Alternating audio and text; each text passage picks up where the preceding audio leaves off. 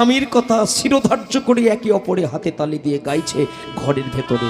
মনে রেখে দেবেন, বাইরে ঝড় বৃষ্টি হচ্ছে আর ঘরের ভেতরে হাতে তালি দিয়ে কীর্তনটা গাইছে কে? সনাতন গাইছে আর তার পত্নী আর তার ছেলে তালি দিচ্ছে।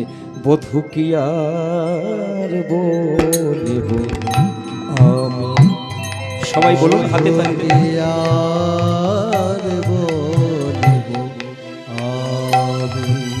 আমার জীবন মরণে জনমে জনমে প্রাণনাথ হইও তুমি,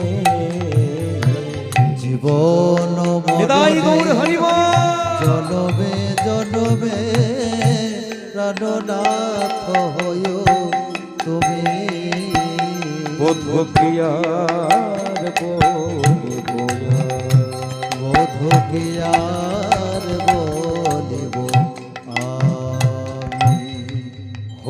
হরিনামটা চলছে, যেই না হরিনাম চলছে এমন সময় ছোট্ট ছেলেটা ডেকে উঠল, বাবা।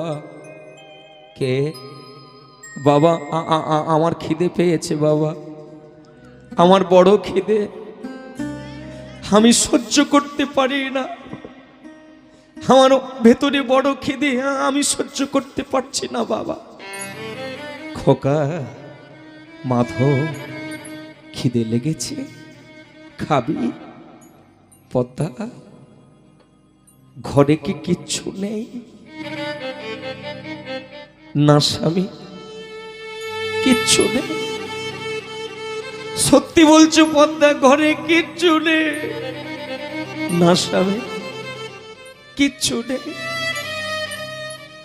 তোমার ছেলের চোখের জল পড়বে আর আমি ঘরে বসে করতাল বাজাবো। আজকে আমি যাব, কিন্তু স্বামী তুমি কোথায় যাবে? বাইরে ঝড় বৃষ্টি বজ্রপাত, তুমি কোথায় যাবে? পদ্মা, ছেলের চোখের জলের থেকেও বড় ঝড় বৃষ্টি, আমাকে যেতে দাও পদ্মা, আমাকে যেতে দাও।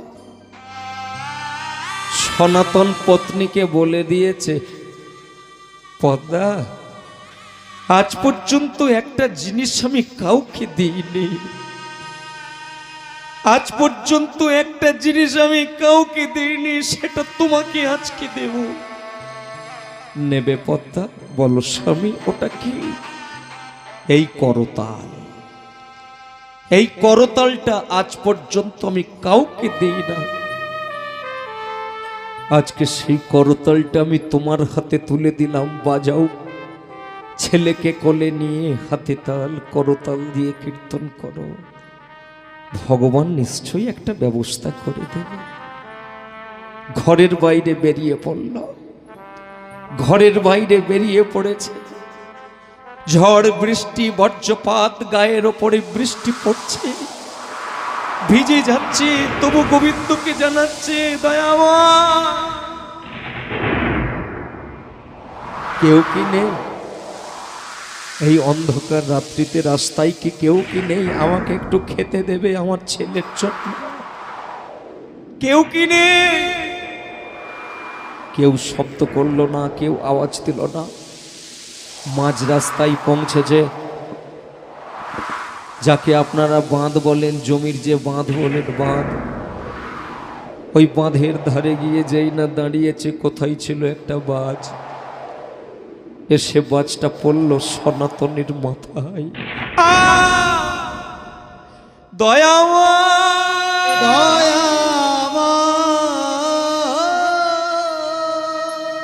আছাড় খেয়ে মাটিতে পড়ে গেল, আছাড় খেয়ে মাটিতে দেহটা পড়ে গিয়েছে।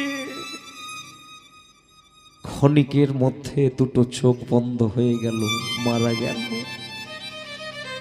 হায় রে কৃষ্ণ ভক্ত, কি পরীক্ষা দিতে হলো রে,